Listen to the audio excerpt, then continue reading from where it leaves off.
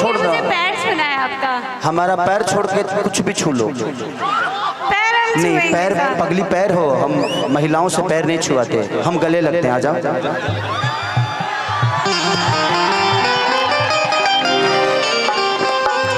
अब 4 दिन न होई मत, न तो हमार जौन तहरा में गोइल बनू ना रही, उ धोआ जाई। देखिए होली का महीना गड़बड़ ना भैया साली है नहा लिए कि हम तो झोपड़ी मुदल रहनी पियरी माटी से, कि हम तो ढोढ़ी मुदल रहनी पियरी माटी से, देवर मुआ न खोद काटी से।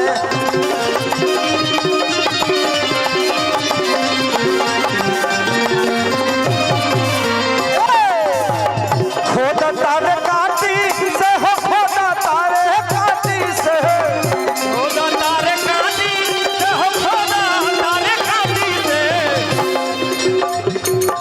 वो सिंगर हैं, उनको मौका मिलेगा, उनका एक अलग दायरा है, इन महिलाओं का एक अलग दायरा है, सबकी एक जगह है, उसको उस जगह पे रहने दिया जाए। खोदा तावे काटी से हो, खोदा तावे काटी से, खोद तारे काटी से हो, खोद तारे काटी से। तो हम हजान बानी काहे हो काहे हम हरान बानी अखिलेशिया बाटी से, देवर मन खोद काटी से। रान बानी आपकी दया काटी से देवारा मन खोदे काटी से।